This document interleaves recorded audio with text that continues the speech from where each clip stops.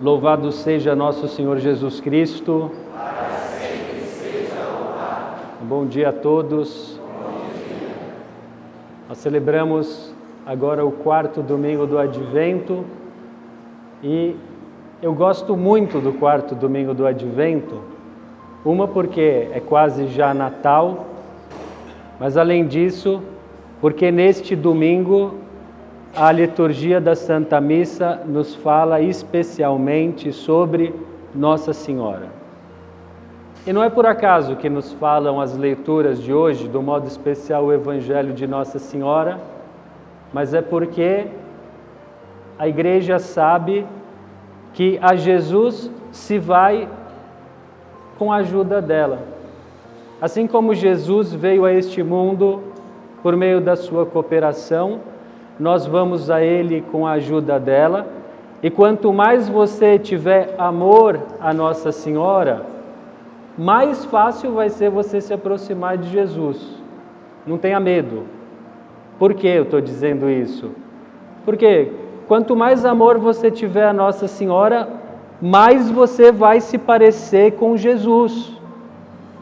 Porque ninguém nesse mundo amou e ama tanto ela quanto Jesus, que ama a sua própria mãe com amor especial. E ao invés de nos afastar de Cristo, ela quer nos levar para Cristo. E por isso eu gostaria de hoje fazer uma homilia como uma espécie de meditação sobre esse Evangelho da Anunciação que nós acabamos de escutar.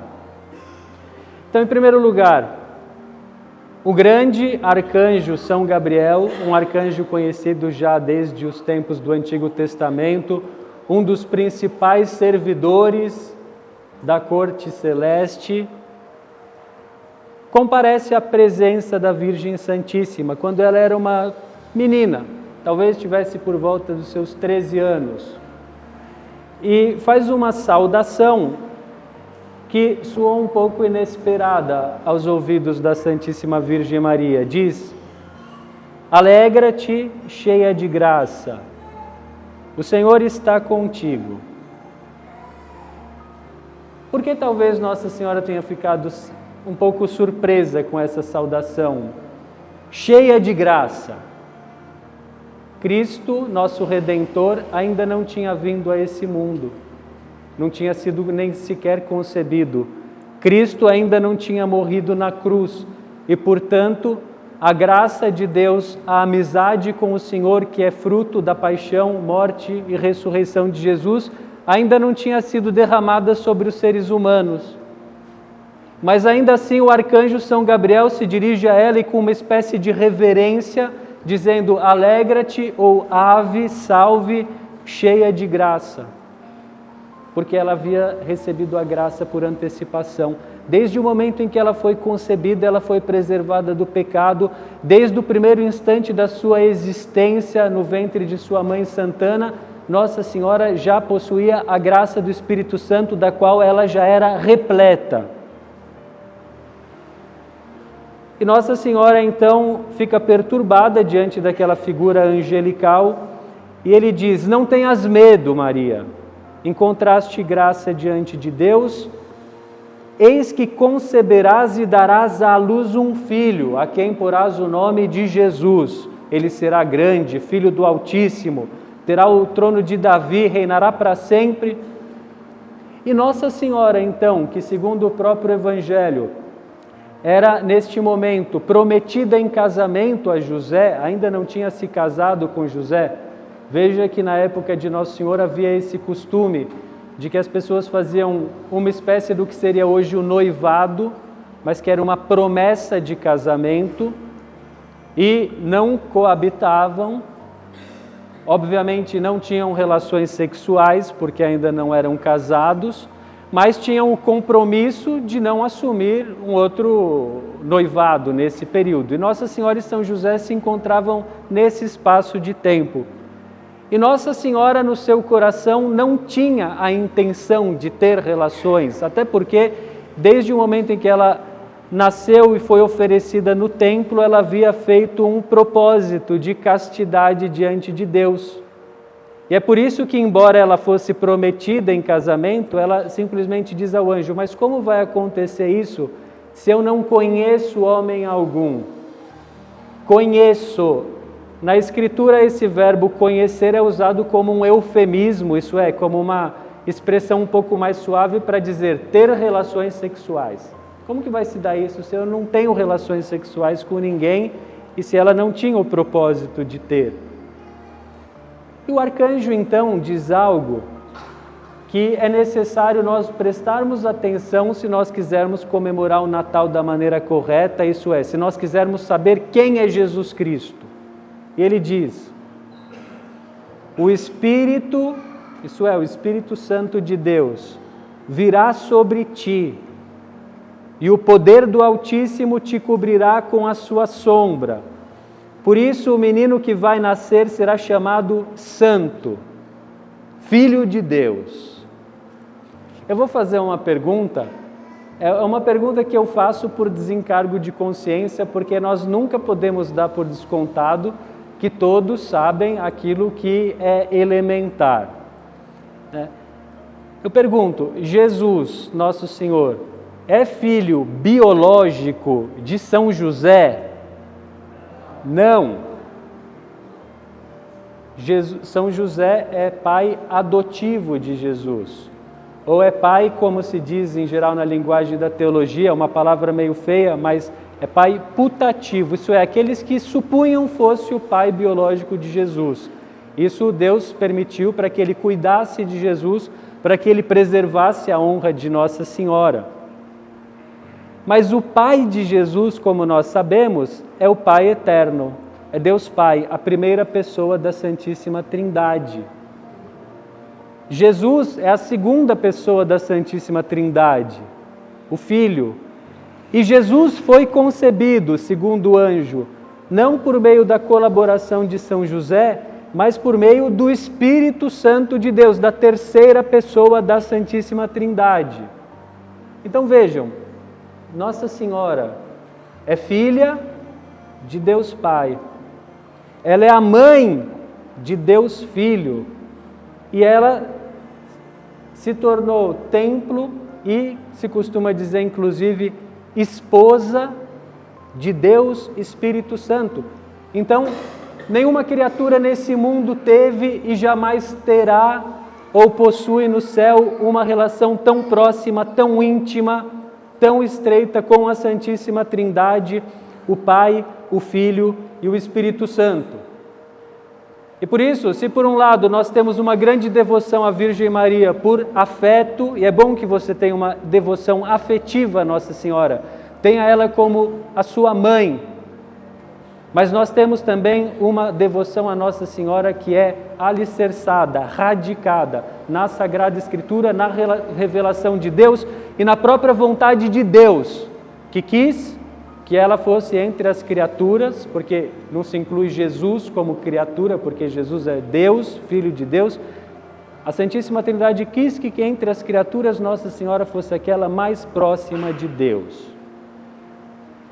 E tem mais. Nossa Senhora não é mãe de Deus apenas no sentido de que ela cuidou, educou e protegeu Jesus. Isso já seria muito. Você que é mãe, com razão, não deve querer que ninguém diminua a sua maternidade e a importância e a intimidade que você tem com os seus filhos, que é incomparável com qualquer relação que outros possam ter. Imagina o que é alguém como Nossa Senhora amamentar o próprio Deus, alimentar o próprio Deus, ensinar ao próprio Deus, porque embora sendo Deus, a sua natureza humana seguiu as etapas normais do desenvolvimento das coisas humanas, da terra. Imagina o que é a vida do próprio Deus encarnado ficar nas mãos dela e depender dela continuamente, 24 horas por dia durante um longo período. Mas mais do que isso, Nossa Senhora é mãe de Deus, por quê? Pensem comigo, se Jesus não é filho biológico de José, se ele é filho de Deus Pai, foi concebido por obra do Espírito Santo, a sua humanidade, a sua natureza humana, ele recebeu de quem? da Virgem Maria. De tal modo que nós podemos supor, e vamos confirmar isso no céu, quando contemplarmos o Senhor na glória face a face, que Jesus, inclusive fisicamente, se parece com Nossa Senhora.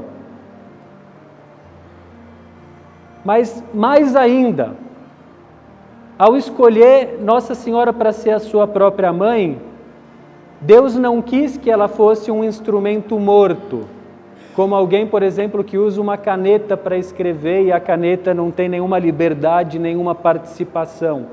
Nós ouvimos no Evangelho que acabou de ser lido que antes de acontecer esse fato único, tremendo da história da humanidade, que nós chamamos a encarnação. O que é a encarnação? É esse fato único, que Deus se fez homem.